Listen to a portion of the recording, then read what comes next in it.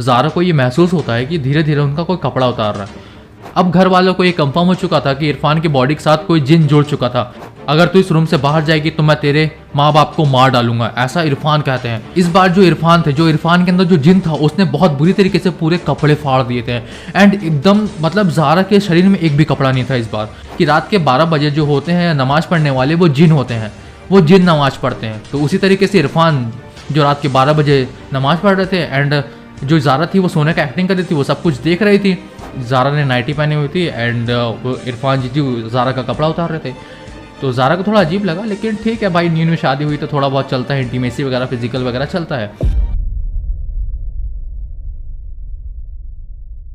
18 जुलाई 2017 south Delhi.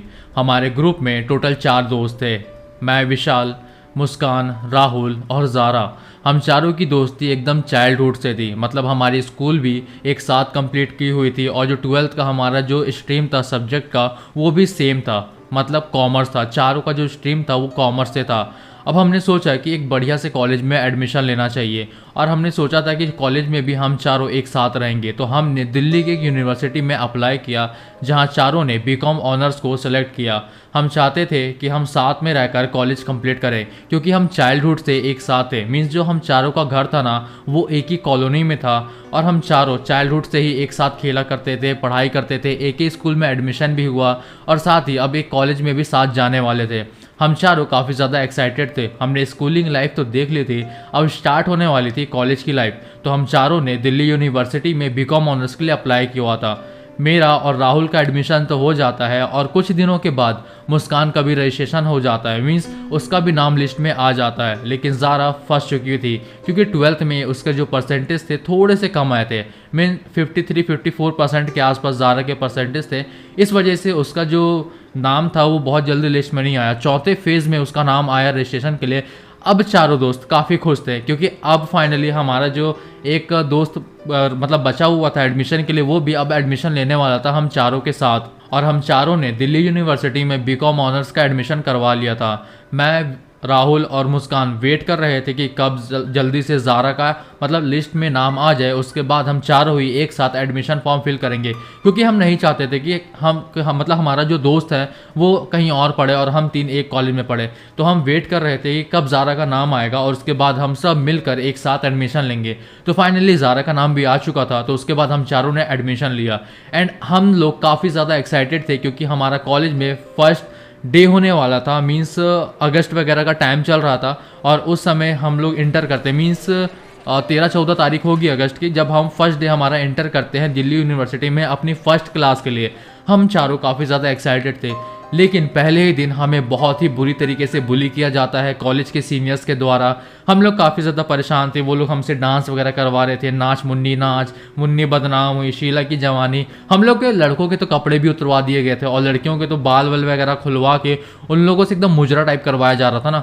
अब Delhi university में कितनी बुरी रैगिंग होती है ना, तुम सब बहुत अच्छे से जानते होगे जो भी दिल्ली में पढ़ाई कर रहे होंगे। और इसीलिए हम लोगों की रैगिंग भी ना बहुत बुरी तरीके से की जाती है। जैसे तैसे करके हम लोग वो रैगिंग वाले स्टेज को क्लियर करते हैं और उसके बाद हम लोग क्लास के अंदर इंटर करते हैं। स्टार्टिंग का दिन काफ़ी अच्छा था, बहुत अच्छे से हमने क्लासेस को अटेंड किया, कैंटीन में एंजॉय किया, कैंपस में घूमा फिरा। एंड अब मेरे पास और राहुल के पास एक स्कूटी आ चुकी थी। मेरे पास होंडा की डियो थी और उसके पास एक्टिवा 5G आई थिंक आ चुकी थी, तो उसके पास वो थी। तो मेरे साथ मुस्कान बैठती थी और राहुल के साथ ज़ारा बैठता था। अब तुम लोग ये मत सोचना कि हम लोग कपल हैं, ठीक है, कि मेरी सेटिंग जो है मुस्कान है और राहुल की सेटिंग जो है कि वो ज़ारा है।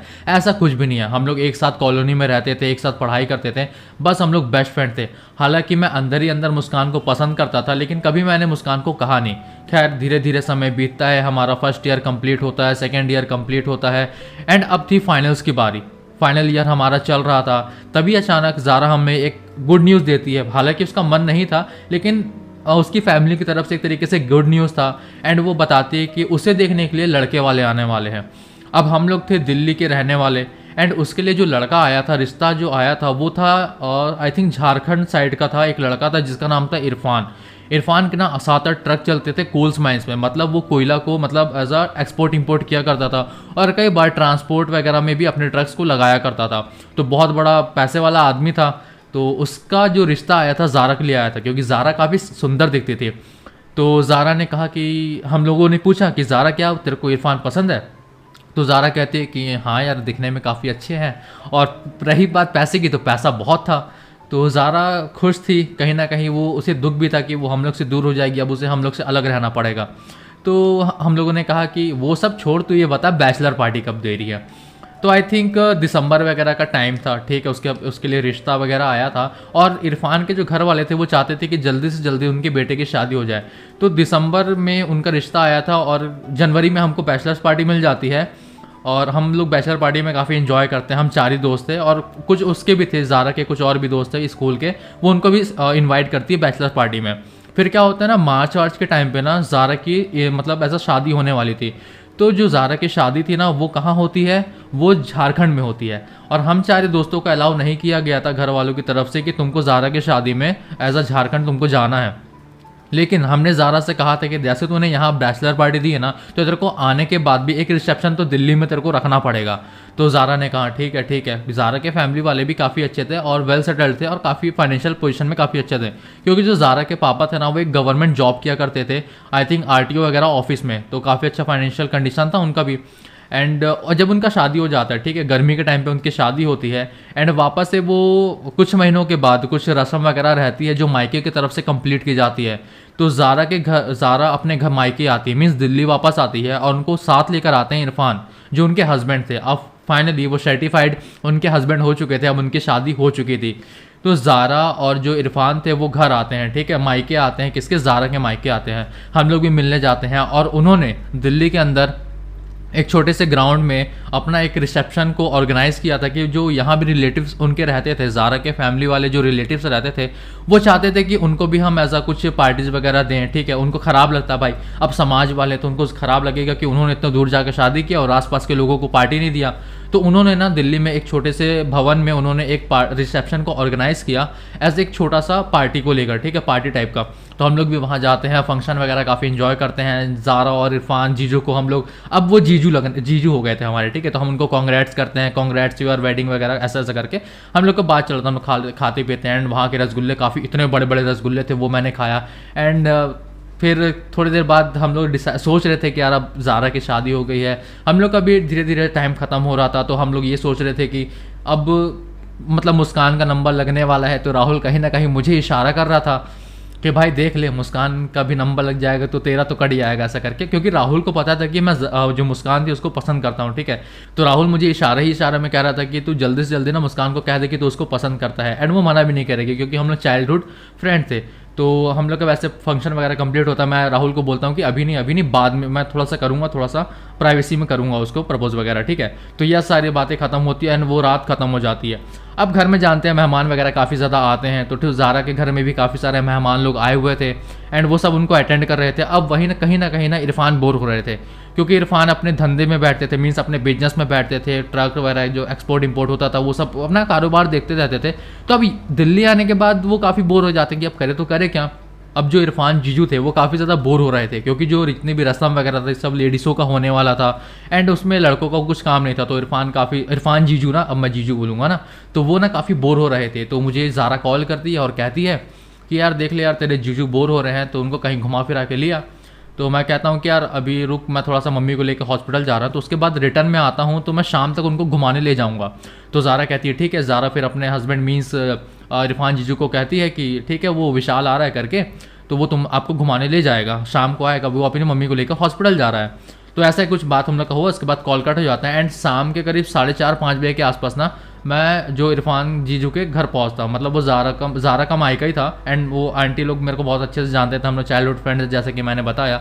एंड मैं उनके घर पहुँचता हूँ। उसके बाद ज़ारा कहती है कि देख, अभी जीजू तेरे साथ जा रहे हैं, तेरी रिस्पॉन्सिबिलिटी है, तेरे को ही उनको घुमाना फिराना है, और देख लेना कि उनको कभी कहीं प्रॉब्लम ना है, और जो कुछ भी बोलें उनकी तू बात मान लेना। मैं बोला तू टेंशन मत ले, समझ गई, तू ज़्यादा परेशान मत हो, वो जैसा बोलेंगे मैं वैसा करूँगा, और मैं अपनी तरफ से भी उनको घुमाऊँगा फिराऊँगा, खिलाऊँगा पिलाऊँगा, सब कुछ करवा दूंगा, तू ज़्यादा परेशान मत हो। तो ये जो बातें थी वो ज़ारा और मेरे बीच में होती है। एंड उसके बाद इरफान जीजू मेरी स्कूटी में बैठ जाते हैं, होंडा डियो में, एंड उसके बाद हम लोग घूमने के लिए निकलते हैं, ठीक है। घूमते मैं उनको दिल्ली के बहुत सारे प्लेसेस घुमाता हूँ, ठीक है, एंड कुछ हॉन्टेड प्लेसेस भी घुमाता हूँ, एंड थोड़ा सा हम लोग ना बहुत बहुत आउटर में जा चुके थे, दिल्ली के काफ़ी आउटर में जा चुके थे एंड 2-3 किलोमीटर तक तो सिर्फ जंगल था। एंड वहाँ से होकर हम लोग कुछ गाँव तरफ पहुँचते हैं एंड देखते हैं कि वहाँ ना गाँव वालों का क्रिकेट मैच चल रहा था। अब मुझे ये बात नहीं पता था कि इरफान जीजू को मैच काफ़ी पसंद है, क्रिकेट मैच काफ़ी पसंद है।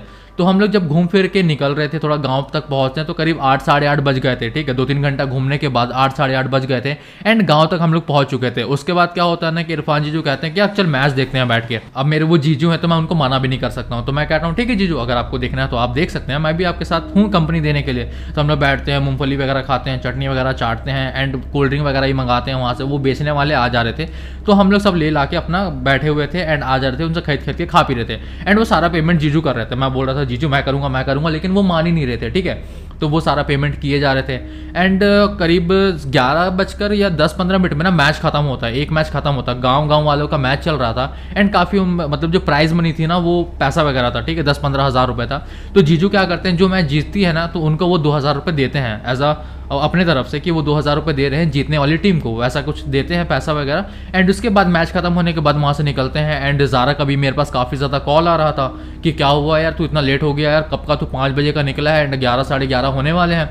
तो मैं कहता हूँ कि जीजू को मैच देखना था, उनको क्रिकेट पसंद है, तूने बताया नहीं, अगर पता होता तो मैं उनको यहाँ लेकर आता ही नहीं और वो इतना देर बैठते भी नहीं। तो ऐसा मैं दबी में ज़ारा को कह रहा था, ठीक है। अब हम लोग वो स्टेडियम से निकलते हैं जहाँ मैच चल रहा था एंड जीजू मेरे को बीच में कहते हैं यार विशाल यार मेरे को सूसू लग रहा है एंड बाथरूम उनको जाना है। तो मैंने कहा कि जीजू देखो अभी यहाँ तो कुछ वैसा मिलेगा नहीं माहौल कि आप वहाँ कर लो, ठीक है, वॉशरूम। तो मैं कहता हूँ कि अभी जंगल वगैरह आएगा तो वहीं जाके आप कर लेना। तो जैसे ही थोड़ा सा जंगल स्टार्ट होता है हम लोग थोड़ा सा जंगल के अंदर जाते हैं एंड उसके बाद मैं कहता हूँ कि जीजू आप यहाँ कर लो जाकर, मैं यहाँ वेट करता हूँ आपका। तो जीजू कहते हैं कि ठीक है मैं जा रहा हूँ वॉशरूम करने के लिए।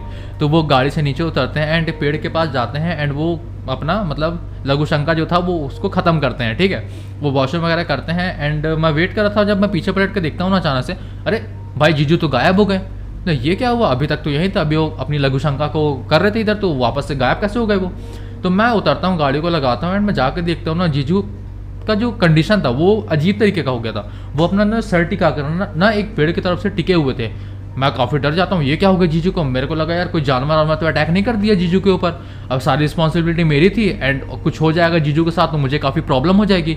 तो मैं जाकर बोलता हूँ जीजू जीजू क्या हो गया आपको, क्या हो गया, आप ऐसे क्यों खड़े हो। तो जीजू कुछ रिप्लाई नहीं दे रहे थे, एकदम शांत हो चुके थे और वो ना अजीब तरीके से हंस रहे थे, चुप हो जा रहे थे, हंस रहे थे, चुप हो जा रहे थे। उनका रिएक्शन मेरे को समझ में नहीं आ रहा था, अरे क्या हो गया।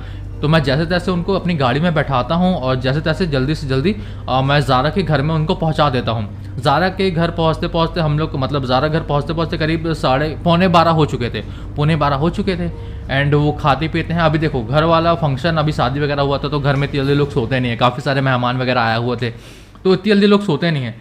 तो हम लोग पौने 12 बजे पहुँचते हैं एंड मैं कहता हूँ ना देखना है जीजू को ना कुछ अजीब सा हरकत कर रहे हैं, अभी नहीं पता अभी क्या हो गया उनको। तो ज़ारा कहती है ठीक है वो थक गए होंगे इसलिए ऐसा कर रहे होंगे, मैं देख लूँगी संभाल लूँगी। तो मैं अपने घर चल देता हूँ, मेरे को घर में काफ़ी डांट पड़ती है भाई, क्योंकि पौने 12 हो रहे। तो मैं बताता हूँ यार कि मैं जीजू को घुमाने लेके गया था तो मम्मी बोलती है तेरे को इतनी क्या ज़रूरत थी इतनी रात में लेके जाने की। तो मतलब शाम को ही निकले थे, मतलब आते आते रात हो गया ऐसा करके मैंने कहा तो ठीक है। मम्मी ने ज़्यादा कुछ नहीं बोला एंड मैं घर आता हूँ, सो जाता हूँ। लेकिन अब प्रॉब्लम यहाँ से शुरू होने वाली थी। जो इरफान जीजू थे ना वो अजीब अजीब हरकतें करना शुरू कर देते हैं, ठीक है। रात में उनको खाना खिलाया जाता है, चिकन बनाता है घर में, वो खाते हैं बड़े, लेकिन बहुत अजीब तरीके से खा रहे थे, जैसे कि बहुत साल के भूखे हुए ऐसे ऐसे सान ले रहे थे चावल के साथ एंड वो मुर्गियों को ऐसे पकड़ पकड़ के खींच रहे थे, बहुत अजीब तरीके से खा रहे थे। एंड अब उनको कभी किसी ने खाते हुए देखा नहीं था उतने अच्छे से, तो उनको लगा कि शायद थक गए होंगे तो इसीलिए बहुत अजीब तरीके से खा रहे हैं, मतलब ज़ारा की मम्मी को ऐसा लगता है। तो वो इन चीज़ को ज़्यादा इग्नोर कर देते हैं एंड वो लोग ना सोने चल देते हैं। अब जब वो सोने जाते हैं ना, अब यहाँ से ना बहुत अजीब चीज़ होता है। ज़ारा सो जाती है एंड जो इरफान जी थे वो भी सो जाते हैं। रात के करीब 1-2 बज रहे थे जो, और ज़ारा ना बहुत डरी से उनको लग रहा था कि उसके आसपास कोई है, हालांकि सिर्फ इरफान जीजू थे। फिर वो सो जाती है, ठीक है। अब 1-2 बजे तक उनकी गहरी नींद लग जाती, 2 बजे के आसपास उनकी गहरी नींद लग जाती है ज़ारा की। अब उनको महसूस होता है कि ना उनका कोई कपड़ा उतार रहा है, ज़ारा को ये महसूस होता है कि धीरे धीरे उनका कोई कपड़ा उतार रहा है। तो वो देखती है कि इरफान जीजू थे। अब उन्हें लगा कि शायद वो थोड़ा सा रोमांटिक मूड में है तो ऐसा ऐसा करके वो कर रहे हैं, ठीक है। तो ज़ारा ने नाइटी पहनी हुई थी एंड इरफान जीजू ज़ारा का कपड़ा उतार रहे थे। तो ज़ारा को थोड़ा अजीब लगा, लेकिन ठीक है भाई, न्यू शादी हुई तो थोड़ा बहुत चलता है, इंटीमेसी वगैरह फिजिकल वगैरह चलता है। तो जब इनके बीच में जब इंटीमेसी हो रहा था, इरफान जीजू और ज़ारा के बीच में जब इंटीमेट हो रहे थे, तो ज़ारा को ऐसा लग रहा था कि ये इरफान जीजू नहीं है, ये कोई और है, क्योंकि उनके छूने का तरीका, मतलब ऐसा लग रहा था कि वो बहुत जानवरों की तरह ना उनके साथ बिहेव कर रहे थे ज़ारा के साथ। रात भर करीब 2 से 3 घंटा लगातार इंटीमेट होते हैं, एंड ज़ारा को ना बहुत अजीब तरीके से लगा था, जैसे वो कोई और ही इंसान हो, उसके शरीर को बहुत अजीब तरीके से दबा रहे थे, एंड जो भी चीज़ें होती हैं वो सारी चीज़ें बहुत अजीब तरीके से हो रही थी, एंड बहुत अजीब तरीके से मतलब सूंघते हैं ज़ारा को, चाटते हैं अलग अलग जगह, ऐसा कुछ हो रहा था। तो ज़ारा को बहुत अजीब फील हो रहा था, एंड ये वाली जो बात थी ना ज़ारा ने मुस्कान को बताई थी, एंड मुस्कान भी थोड़ा सा मेरे क्लोज थी, ठीक है, उसको भी कहीं ना कहीं लगता था कि मैं उसे पसंद करता हूँ। तो मुस्कान ने ना ये बात मुझे बताई, तो मैं काफ़ी शौक था कि ये सब क्या हो रहा है भाई। मुझे तो पहले तो मुझे नहीं पता था कि मेरे को जगह नॉर्मल होगा, ठीक है। पहले तो उसने जब मुझे मुस्कान ने बताया कि ऐसा ऐसा इरफान कर रहे हैं ज़ारा के साथ, तो मुझे लगा कि स्टार्टिंग में सब कुछ नॉर्मल होगा, लेकिन जिस तरीके से मुस्कान मुझे बता रही थी कि यार बहुत अजीब तरीके से चाट रहे थे अलग अलग जगह, एंड बहुत तेज़ी तेज़ी से दबा रहे थे, मतलब बहुत अजीब अजीब चीज़ें बता रहे थे, तो मुझे बहुत अजीब लग रहा था। तब मैं उन्हें मैं जब उसके बाद मैं मुस्कान को बताता हूँ कि यार मैं जब ना उनको वापस लेके आ रहा था ना जंगल के पास से, तो वो ना एकदम सिर नीचे करके ना एक पेड़ से टिक कर खड़े थे, तो वहीं से ना उनका बर्ताव थोड़ा सा चेंज हो गया है। तो मैंने कहा कि 2-3 दिन रुक जा, कुछ देखते हैं, अगर थोड़ा सा और बदलाव उनमें लगता है व्यवहार, तो तब उसके बाद हम लोग कुछ एक्शन वगैरह लेंगे। वही हम लोग के बीच में नॉर्मली बात चल रही थी मुस्कान और मेरे में, और ज़ारा ने मना किया था कि तू किसी को भी इस बारे में मत बताना मुस्कान को, लेकिन मुस्कान ने मुझे बता दिया था थोड़ा ट्रस्ट करके, ठीक है। अब अगले दिन क्या होता है कि सुबह उठते हैं, इरफान जो थे वो सुबह उठते हैं, नाश्ते में उनको नॉनवेज चाहिए, खाने में उनको नॉनवेज चाहिए, रात को भी उनको नॉनवेज चाहिए। वो जिद पे अटक जाते हैं कि मुझे सिर्फ नॉनवेज ही खाना है, और वो बहुत अजीब से बिहेव करते थे, बहुत चिड़चिड़ा रहे थे, और उनके आंखों के नीचे हम काले काले गड्ढे हो गए थे, ऐसा लग रहा था कि वो रात भर सोए नहीं है, एंड उनकी बॉडी भी काफ़ी थकी थकी लग रही थी, लेकिन खड़े एकदम स्ट्रेट थे, ठीक है। अब ये सारी चीज़ें देखने के बाद घर वाले ना बहुत परेशान होने लग गए थे कि यार शायद उनकी तबीयत ना ख़राब हो जाए, क्योंकि मायके वाले को टेंशन होता है कि अगर हम खातिरदारी दामाद जी की ना करें तो उनके जो घर वाले हैं उनको ही कहेंगे गलत कि इन्होंने अच्छे से खातिरदारी नहीं की, उन्होंने ख्याल सही से नहीं रखा, इस वजह से उनकी ऐसी हालत हो गई है। तो अब इरफान की हालत को देखने के बाद काफ़ी ज़्यादा घर वाले परेशान होने लगे थे, ज़ारा के घर वाले बहुत परेशान होने लगे थे इरफान की हालत देखने के बाद। अब अगले दिन जब इरफान जीजू सो रहे थे घर में, सब 11 बजे तक सब सो जाते हैं, 1 घंटे की नींद लेने के बाद ना रात के 12 बजे रात के 12 बजे इरफान जीजू नमाज पढ़ रहे थे बैठ के, ठीक है। ये घर में किसी को भी नहीं पता था, वो रात के 12 बजे नमाज पढ़ रहे थे। ये सारी चीज़ें बाद में खुलासा हुई, ठीक है। रात के 12 बजे जो इरफान जी थे वो नमाज पढ़ रहे थे, एंड उनका नमाज खत्म होने के बाद से वापस से वो ज़ारा के कपड़े उतारना शुरू करते हैं, एंड वापस से इंटीमेट होने की कोशिश करते हैं एकदम जंगली जानवर की तरह, एंड काफ़ी ज़्यादा हवस उनके अंदर भरी हुई थी, काफ़ी हवसी टाइप का। एंड ज़ारा ने जैसे ही पहले बताया था कि वो कोई और है, वो इरफान जी जो लग ही नहीं रहे, उनके छूने का तरीका, उनके इंटीमेट होने का तरीका, वो सब कुछ बहुत अलग अजीब तरीके का है, ठीक है। वो बहुत अजीब तरीके का बिहेव कर रहे हैं। अब एक दिन और निकल जाता है, और उसके अगले दिन वापस से उनको 3 टाइम नॉनवेज खिलाया जाता है, जैसा कि इरफान जी जो कह रहे थे। एंड उस रात ज़ारा ना जागती है, वो सोती नहीं है, उसे कुछ अजीब लग रहा था कि उसके रूम में कुछ अजीब हो रहा है। तब वो देखती है कि 11 साढ़े दस 11 बजे के आसपास सब घर वाले सब सो गए थे ना, तो इरफान जीजू थे ना वो नमाज़ पढ़ना शुरू करते हैं 12 बजे के आसपास। ये ज़ारा देखती है, काफ़ी ज़्यादा डर जाती है कि ये क्या हो रहा है भाई, वो रात के 12 बजे क्यों नमाज़ पढ़ रहे हैं। अब मुस्लिम समाज में कहना है ऐसा है कि उनके रिलीजियस में ऐसा कहना है कि रात के 12 बजे जो होते हैं नमाज़ पढ़ने वाले वो जिन होते हैं, वो जिन नमाज़ पढ़ते हैं। तो उसी तरीके से इरफान जो रात के 12 बजे नमाज़ पढ़ रहे थे, एंड जो ज़ारा थी वो सोने का एक्टिंग कर रही थी, वो सब कुछ देख रही थी। अब थोड़ी देर बाद क्या होता है ना, जब वापस से जो इरफान का जो नमाज ख़त्म हो जाता है, वो वापस से क्या करते हैं, ज़ारा के ऊपर चढ़ना शुरू करते हैं, और वो कपड़ा पूरा खोलना वगैरह शुरू कर देते हैं ज़ारा को, और वापस से इंटीमेट होने की कोशिश करते हैं। इस बार क्या होता है कि ज़ारा उसको धक्का देती है इरफान को और भागने की कोशिश करती है, लेकिन जो इरफान थे वो उनको चेतावनी देते हैं, रुक जा, ऐसे बहुत अजीब तरीके की आवाज़ में निकालते हैं, कहते हैं कि रुक जा, अगर तू इस रूम से बाहर जाएगी तो मैं तेरे माँ बाप को मार डालूंगा, ऐसा इरफान कहते हैं। तो ज़ारा पहले तो डर जाती है, रुक जाती है, वो सोचती है कि अब 2 दिन इंटीमेसी हो गया है तो तीसरे दिन भी चल जाएगा, रुक जाती हूँ, क्या पता कुछ गलत ना होने से बच जाए। तो तीसरे दिन भी क्या होता है ना, वो वापस से इरफान से इंटीमेट होती है, वापस से वो सारी चीज़ें होती हैं। अब चीज़ें बढ़ने लगी थी, क्योंकि 3 दिन लगातार हो चुका था, और किसी भी लड़की के लिए 3 दिन 3 रात अलग मतलब लगातार इंटीमेट होना, एंड वो सारी चीज़ें बहुत गलत होती हैं, ठीक है, बहुत हैवी प्रेशर डालती है अलग अलग बॉडी पार्ट्स में। तो यही सारी चीज़ें चल रही थी। अब ज़ारा को डर लगने लगा था, क्योंकि रात के 12 बजे नमाज़ पढ़ना और दिन में तीनों टाइम नॉनवेज खाना, ये सारी चीज़ें बहुत अजीब लग रही थी ज़ारा को। एंड अगले दिन ना वो अपनी मॉम को ये सारी चीज़ें बताती है। अम्मी कहती, मम्मी कि ऐसा ऐसा चीज़ हो रहा है कि इरफान रात को 12 बजे ये नमाज़ पढ़ रहे हैं एंड वो रात में बहुत अजीब तरीके से इंटीमेट होते हैं एंड बहुत ज़्यादा प्रेशर डालते हैं, मतलब बहुत तरीके से प्रेस करते हैं। एंड जो उनका इंटीमेट होने का तरीका, फिजिकल रिलेशन बनाने का तरीका, वो बहुत ही जानवरों जैसा है। ऐसा वो कर करके अपने मतलब मम्मी को बता रही थी। एंड यही सेम चीज़ वो मुस्कान को भी बताती है एंड मुस्कान मुझे बताती है। तो जो ज़ारा की मम्मी थी वो ना उनके हस्बैंड को बताती है एंड वो जो उनके हस्बैंड थे वो एक हाफिज़ जी को बताते हैं कि ऐसा कुछ हो रहा है उसके साथ। तो हाफिज़ जी कहते हैं कि इरफान एक गलत जगह गए हैं। उनका कहना था कि अभी अभी उनकी शादी हुई है और उनको ऐसी कोई सुनसान जगह में नहीं जाना चाहिए। तो जो हाफिज़ जी थी वो उनके फादर को, ज़ारा के फादर को कहते हैं कि वो ना कहीं ऐसी सुनसान जगह पे गए हैं जिसके बाद ना कोई जिन उनके ऊपर आ सकता है, क्योंकि रात के 12 बजे जो नमाज़ पढ़ते हैं वो सिर्फ जिन होते हैं और तो उनके हस्बैंड के ऊपर, मतलब ज़ारा के हस्बैंड के ऊपर कोई जिन आ चुका है, ऐसा हाफिज़ जी का कहना था। तो ये चेक करने के लिए उन लोग क्या करते हैं ना, एक थाल होती है, एक थाल में वो लोग ना चिकन को रखते हैं और उसके नीचे ना उर्दू से लिखा हुआ कुछ शब्द होता है। उस थाल के नीचे उर्दू से लिखा हुआ कुछ शब्द होता है और उसी थाली में उनको चिकन परोसा जाता है खाने के लिए। वो जैसी वो थाल उनके पास पहुंचती है ना तो इरफान उसको धक्का देके फेंक देते हैं। यहाँ कंफर्म हो जाता है कि उनके साथ, उनके बॉडी के साथ एक जिन जुड़ चुका था।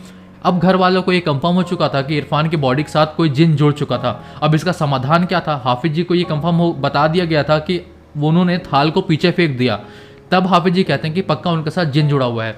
अब एक रात फिर से ज़ारा को उसके साथ बितानी थी, क्योंकि अभी कंफर्म हुआ था कि इरफान के साथ जिन है। एंड अभी घर वालों को ये ऐसा बिहेव करना था कि जैसे उनको कुछ पता ही नहीं, एकदम नॉर्मल है। तो ज़ारा वापस से जाती है एंड उसको पता था कि वापस से वो सारी चीज़ें होने वाली है। एंड हाफिज़ जी ने एक वार्निंग भी दी थी, अगर उसे पता चला कि तुम लोग उसका राज वगैरह जानते हो तो वो तुम्हारे लिए प्रॉब्लम होगा, ठीक है, मतलब घर में किसी को नुकसान पहुँचा सकता है वो जिन। तो उसके बाद ज़ारा नॉर्मली जाती है रूम में एंड वापस से इंटीमेट होता है एंड वापस से वो सारी चीज़ें होती है वापस से।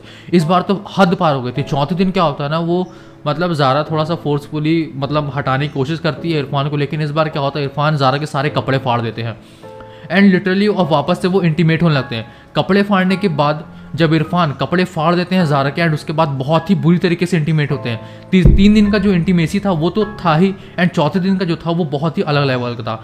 लेकिन इस बार जो इरफान थे, जो इरफान के अंदर जो जिन था, उसने बहुत बुरी तरीके से पूरे कपड़े फाड़ दिए थे एंड एकदम मतलब ज़ारा के शरीर में एक भी कपड़ा नहीं था इस बार। एंड वो बहुत बुरी तरीके से इंटीमेट होते हैं वापस से। एंड ये सारा कुछ मुझे इसलिए पता है क्योंकि ज़ारा ने ये सारी बात मुस्कान को बताई थी एंड मुस्कान मुझे ये सारी बात बता रही थी। अब मुझे कहीं ना कहीं डर लग रहा था कि अब चीज़ें बहुत गलत हो रही हैं, ठीक है। ज़ारा को बहुत कुछ सहना पड़ रहा था एंड फैमिली वाले भी देख रहे थे। तो मैं अब जाता हूँ ज़ारा के मम्मी पापा के पास और उनको बताता हूँ कि आंटी ऐसा हुआ था कि जब हम लोग क्रिकेट मैच देखने गए थे ना एंड जब वहाँ से वापस आ रहे थे तब क्या हुआ था कि उनको बाथरूम जाना था, इस वजह से मैंने जंगल में एक जगह रोका था गाड़ी एंड वो उतर के वहाँ पास बाथरूम करने के लिए गए थे। लेकिन देखते ही देखते वो गायब हो जाते हैं एंड वो जंगल के कुछ थोड़ा सा अंदर पहुंच गए थे और अपने सर को टिका के एक पेड़ के नीचे खड़े हुए थे। ये सारी बात मैं ज़ारा के मम्मी पापा को बताता हूँ। उसके बाद क्या होता है ना कि वो ये सारी बात को हाफिज़ जी को बताते हैं। अब हाफिज़ जी का कहना था कि जिस पेड़ के ऊपर वो टिका के ऐसा मुंडी करके रखे थे वहाँ कुछ निगेटिव एनर्जी थी, मीन्स वहाँ एक जिन को बांध के रखा गया होगा। इस वजह से वो जो जिन था वो इरफान के अंदर आ चुका है। और हाफिज़ जी का ये भी कहना था कि वो जिन या तो बहुत ज़्यादा इरफान ने परफ्यूम लगाया होगा या तो उन्होंने कुछ ऐसा काम किया होगा वहाँ जो उन्हें नहीं करना चाहिए था, मीन्स बाथरूम उन्होंने वहाँ किया था। उसके बाद ही वो सारी चीज़ें शुरू हो गई थी। तो मैं उनको वो जगह लेके जाता हूँ, जंगल के पास लेके जाता हूँ हाफिज़ जी को एंड उसके मम्मी पापा सब कोई जाते हैं और ज़ारा घर में इरफान जीजू का ख्याल रख रही थी। तब हम सब जाते हैं उस जंगल में एंड मैं बताता हूँ कि इस जगह पर इरफान जीजू बाथरूम करने के लिए गए थे। एंड जब हम आगे बढ़ते हैं उस जंगल में ना, ज़ारा के मम्मी पापा थे एंड वो हाफिज़ जी थे और मैं था, ठीक है। मुस्कान और राहुल, मुस्कान को तो ये सारी बात पता थी लेकिन राहुल को ये सब कुछ नहीं पता था कि इतना सब कुछ हो रहा है। तो राहुल को मैं अभी तक कुछ नहीं बताता हूँ एंड मैं और हाफिज़ जी और मेरा एक और दोस्त था एंड वो ज़ारा के मम्मी पापा सब उस जंगल में पहुँचते हैं। उसके बाद क्या होता है, हम वो पेड़ को ढूंढना शुरू करते हैं जहाँ वो उन्होंने बाथरूम किया था। हाफिज़ जी ने कहा था कि तुमको ना वो पेड़ अलग से ही दिखेगा, मीन्स जिसमें जिन कैद होता है ना वो पेड़ एक अलग ही तरीके का दिखता है। तब मुझे ना, क्योंकि मुझे तो पता था कि वो किस पेड़ पे टिके हुए थे, तब मैं वहाँ उस अंदर जाता हूँ एंड वो देखता हूँ कि वो पेड़ मेरे को मिल जाता है। जब हाफिज़ जी उस पेड़ को देखते हैं ना तो उस पेड़ के नीचे साइड उर्दू में कुछ वर्ड लिखा हुआ था। वो हाफिज़ जी को ही पता था, हमें तो उर्दू पढ़ने आती नहीं थी। तो हाफिज़ जी ने कहा कि देखो यहाँ कुछ मंत्र वगैरह लिखे हुए हैं उर्दू से, यानी कि कंफर्म होता है कि यहीं किसी जिन को बंधक बना के रखा गया था। जिसके बाद हाफिज जी एक सॉल्यूशन देते हैं कि हमें इरफान को इस जगह पर वापस लाना पड़ेगा और इस पेड़ से बांधना पड़ेगा और कुछ मंत्र का उच्चारण करना पड़ेगा एंड कुछ रिचुअल्स को परफॉर्म करना पड़ेगा। लेकिन अब सबसे बड़ी प्रॉब्लम तो ये थी कि इरफान को वापस से इस जंगल में कैसे लेकर आया जाए, क्योंकि अगर हम इस जंगल में वापस लेकर आएंगे तो भागने की कोशिश करेंगे। तो बहुत ही सावधानी के साथ मुझे अब जो काम मतलब जो चीज़ मेरे से स्टार्ट हुई थी, क्योंकि मैं ही उनको वहाँ लेकर गया था, तो अब मुझे ही उनको उस जंगल में लेके जाना था। तो मैं काफ़ी डर रहा था कि यार मेरे साथ एक जिन बैठने वाले हैं एंड वो जीजू के अंदर जिन है, तो मुझे कुछ नुकसान वगैरह ना पहुँचा दे। मैं उनके साथ नॉर्मली बिहेव करता हूँ एंड कहता हूँ कि चलो जीजू कहीं घूम कर आते हैं, तो वो रेडी हो जाते हैं कि चलो यार। एंड मैं कहता हूँ वहाँ क्रिकेट मैच चल रहा है वापस से, मतलब एक बहाना था कि क्रिकेट मैच वहाँ चल रहा है इसलिए हम चलते हैं वहाँ, ठीक है, वहाँ वापस से मैच चल रहा है, हम लोग वहाँ चलते। तो उसी रास्ते में पड़ता है वो जंगल। तो हम जैसे जैसे वो जंगल के पास पहुँच रहे थे ना, तो इरफान जीजू बहुत अजीब अजीब हरकत करने लगे थे। शाम के 6 साढ़े 6 बज रहे थे, क्योंकि ये जो रिचुअल्स होने वाले थे आगे चल के वो शाम के मतलब रात में ही होने वाले थे, ऐसा हाफिज जी ने बताया था। तो हाफिज जी कहते तुम्हें उस जंगल में उनको वहाँ लेके जाना पड़ेगा, बाकी का मैं देख लूँगा। हाफिज जी अपने जो उनके जो चेले लोग होते हैं उसके साथ वहीं जंगल पास छुप के खड़े हुए थे। वो जैसे ही मैं इरफान जीजू को लेकर उस जंगल तक पहुँचता हूँ, वो दौड़ कर आते हैं और उनके ऊपर कुछ वाटर्स वगैरह मोर के पंख से छिड़कना शुरू करते हैं। उसके बाद वो इरफान जीजू को ले जाके उस पेड़ से बांध देते हैं और उस पेड़ से बांधने के बाद वो जो हाफिज जी थे कुछ मंत्र वगैरह पढ़ना शुरू करते हैं। वो बहुत चिल्लाते हैं एंड हाफिज जी अब ये कहते हैं कि उनके मम्मी पापा भी वहीं आ चुके थे। हाफिज जी कहते हैं कि इनको रात भर यहीं छोड़ना पड़ेगा इस मंत्र के साथ, और जो मंत्र लिखा हुआ है यही उनके जिन को वापस से खींच के उस पेड़ के अंदर ले जाएगा, वापस से उस जिन को कैद कर देगा। लेकिन अब हाफिज जी का मतलब जो ज़ारा के जो मम्मी पापा का पूछना था आखिर ये जिन यहाँ आया कैसे और किसने इससे बंधक किया है। अब ये हाफिज जी से सवाल पूछते हैं, तो अब उनके पास ये जवाब नहीं था। तो जो हाफिज जी से थोड़े से और बड़े थे, वो थोड़े से बूढ़े हो गए थे, तो उन्होंने शायद उस जिन को कैद किया था, ऐसा हाफिज जी को लग रहा था। तो मतलब इरफान को उस पेड़ में बांधने के बाद वो सारे जो बड़े हाफिज जी थे उनके पास जाते हैं, ज़ारा के मम्मी पापा थे, वो सब कोई मिल के, और मैं भी उनके साथ था, मैं भी उनके साथ वो बड़े हाफिज जी के पास जाता हूँ। जब सब कोई ना बड़े हाफिज जी के पास पहुँचते हैं तो वो बताते हैं कि उस जिन को उन्होंने कैद किया था। लेकिन हाफिज जी का कहना था कि वो जिन कहाँ से आया, कौन लेकर आया और किसका आपने इलाज किया था और कैसे आपने उसको उस पेड़ में बंदी बताया। तो बड़े हाफिज जी बताते हैं कि एक लड़की थी, दिल्ली के पास ही एक छोटे गांव से आई थी, वो दिखने में काफ़ी बदसूरत थी एंड उसका नाम अफसाना था। तो अफसाना चाहती थी कि वो काफ़ी खूबसूरत हो जाए एंड उसने कुछ क्रियाएं करना शुरू की, और उसे कहीं से पता चला था, कोई बुक पढ़ने के बाद पता चला था कि अगर हम कुछ भी जिन से मांगे तो वो सच हो जाता है, और उनके धर्म में जिन को बुलाना बहुत आम सी बात होती है, ऐसा उसका कहना था। तो वो क्या करती है, तंत्र विद्या वगैरह करती है जिन को बुलाने के लिए, और वो इसमें सक्सेसफुल भी हो जाती है। वो जिन उसके पास आ जाता है और उसे बेहद खूबसूरत भी बना देता है। लेकिन उसके बाद क्या होता है कि वो जिन ना अब अफसानों को छोड़ने के लिए तैयार नहीं था, और रात के समय जिन उसको परेशान किया करता था और फिजिकली काफ़ी इंटीमेट होता था अफसाना के साथ। तो अफसाना काफ़ी परेशान होने लगी थी और उसकी जो हेल्थ थी वो काफ़ी धीरे धीरे गिरने लगी थी। जिसके बाद अफसाना वो बड़े हाफिज जी के पास आती है और ये सब कुछ बताती है, जिसके बाद बड़े हाफिज जी अफसाना का इलाज करते हैं, मीन्स जिन को दूर करने का काम करते हैं। वो उस जंगल में उसे लेकर जाते हैं और वो अफसाना को कहते हैं कि तुमने जैसे जो मंत्र पढ़ के जिन को बुलाया है वही मंत्र पढ़ के तुम्हें उसका उल्टा मंत्र पढ़ के तुम्हें उस जिन को कैद करना पड़ेगा। तब वो बड़े हाफिज जी जो थे उसके साथ वो उस जंगल में जाते हैं और अंदर वाले पेड़ में वो उसे जिन को कैद कर देते हैं मंत्र वगैरह पढ़ के, और उस पेड़ में एक मतलब उर्दू के कुछ लाइन लिख देते हैं। अब देखो दिल्ली एक ऐसा एरिया जहाँ डेवलप होते रहता है, ठीक है, चीज़ें बढ़ते जाती है, तो उन्होंने जंगल के बीचों बीच एक पेड़ में ये सारे काम किए थे। अब जैसे जैसे हाईवेज बढ़ते गए, पेड़ की कटाई होती गई, तो वो जो पेड़ था, जो जंगल के बीच में जो पेड़ था, वो धीरे धीरे रोड के किनारे आ गया। और जब इरफान जीजू ने उस पेड़ में बाथरूम किया या फिर नहीं किया, और जो कुछ भी किया, या फिर उन्होंने ज़्यादा परफ्यूम लगाया था, जिस वजह से वो जिन था ना वो आज़ाद हो गया, ऐसा बड़े हाफिज जी का कहना था। लेकिन हाफिज जी का जो छोटे हाफिज जी थे जो उनके पास ले गए थे, वो कह रहे थे कि उन्होंने वहाँ पेशाब किया था एंड उन्होंने परफ्यूम भी लगाया था, जिस वजह से वो जिन था वो और इरफान जीजू के ऊपर आ गया था। अब ये सारी बात हमारे बीच में रात में चल रही थी, रात के 2-2:30 बज चुके थे एंड हाफिज जी ने क्या किया था, उस पेड़ में वापस से इरफान जीजू को बांध दिया था और रात भर वैसे ही छोड़ दिया था मोर का पंख लगाकर, ठीक है। अब धीरे धीरे क्या होती है, सुबह होती है, अब किसी को भी घर जाने का मन नहीं था एंड वो लोग सोचते हैं कि हम लोग डायरेक्टली यहीं से वहाँ जंगल जाएंगे। तो अब वो लोग वहाँ से जंगल पहुँचते हैं। सुबह के करीब 7 साढ़े 7 बज चुके थे एंड अब जो इरफान जूजी थे वो बेहोशी की हालत में वो पेड़ से बंध के लटके हुए थे। सब लोग वो रस्सी वगैरह काटते हैं और उनको अलग करते हैं और इरफान जूजी को घर लाया जाता है। लेकिन हाफिज जी का कहना था कि आगे चल के ये जिन किसी ना किसी और को परेशान ज़रूर करेगा। जिसके बाद क्या होता है कि हाफिज जी ने उस पेड़ को कटवा दिया जिसमें जिन कैद था।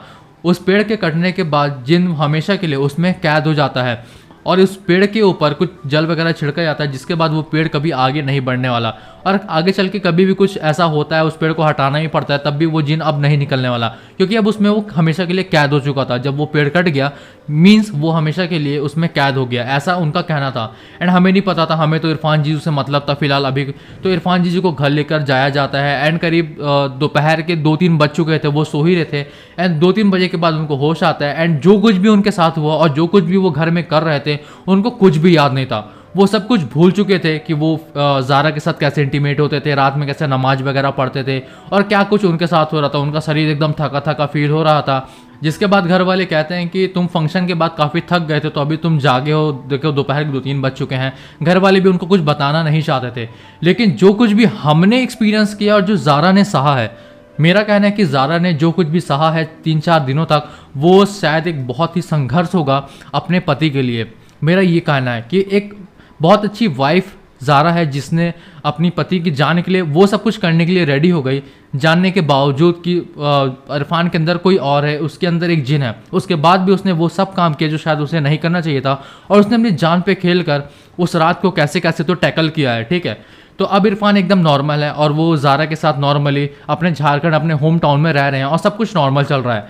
तो ये सारी चीज़ हुई थी ज़ारा और इरफान के साथ। और जब मैंने मुस्कान को ये सारी चीज़ बताई कि ऐसा ऐसा हमने किया है, ये सारे रिचुअल्स वगैरह हुए हैं और बड़े गुरुजी ने ये सब कुछ बताया, अफसाना नाम की लड़की ने ऐसा ऐसा कुछ किया था और जिनको बुलाया था एंड जिन भी उसके पीछे लग गया था एंड वापस उसको कैद करना पड़ा एंड वो वाला जो जिन था वो इरफान के ऊपर आ गया। ये सारी कहानी मैं मुस्कान को बताता हूँ और ये सारी चीज़ें हमारे बीच में बात होती है। लेकिन हमारे बीच में एक प्रॉमिस हुआ था कि कोई भी ये सारी बातें अब ज़ारा और इरफान के सामने नहीं करेगा। और ज़ारा ने सख्त मना किया था कि इरफान जीजू के सामने ये सारी चीज़ें कभी आगे मत लाने देना कभी भी। ऐसा ज़ारा का कहना था कि अगर उनको पता चलता ये सब कुछ तो वो काफ़ी टेंशन में आ जाएंगे एंड काफ़ी परेशान रहेंगे और जो ससुराल वाले थे ज़ारा के वो भी अलग से ताना देंगे। तो बहुत सारी प्रॉब्लम्स और काफ़ी ज़्यादा कॉम्प्लिकेशन क्रिएट हो सकती थी अगर वो सारी बातें सामने आ जाएँ। तो ज़ारा ने हमने कहा था कि प्लीज़ इस बात को भूल जाओ और कहीं भी इसके बारे में बात मत करना। लेकिन हमारी एक सब्सक्राइबर है जो उस ग्रुप की मुस्कान है, उन्होंने हमें ये कहानी कमेंट सेक्शन में बताई है और वो चाहते थे कि हम ये कहानी ऑडियंस तक पहुंचाएं, हमारे चैनल के थ्रू वो चाहती थी एंड हमने पहुंचाई।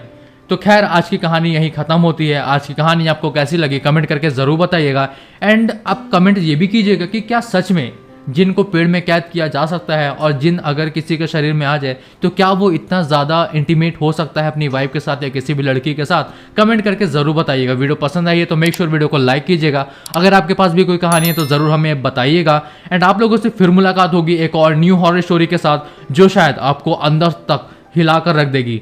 तो मिलेंगे अगली वीडियो में। जब तक के लिए अपना ख्याल रखें और अंधेरे जंगलों में बाथरूम करने से बच के रहिए। क्या पता वहाँ कुछ हो जो शायद आपकी ज़िंदगी बर्बाद करने के लिए काफ़ी हो। चलिए बाय।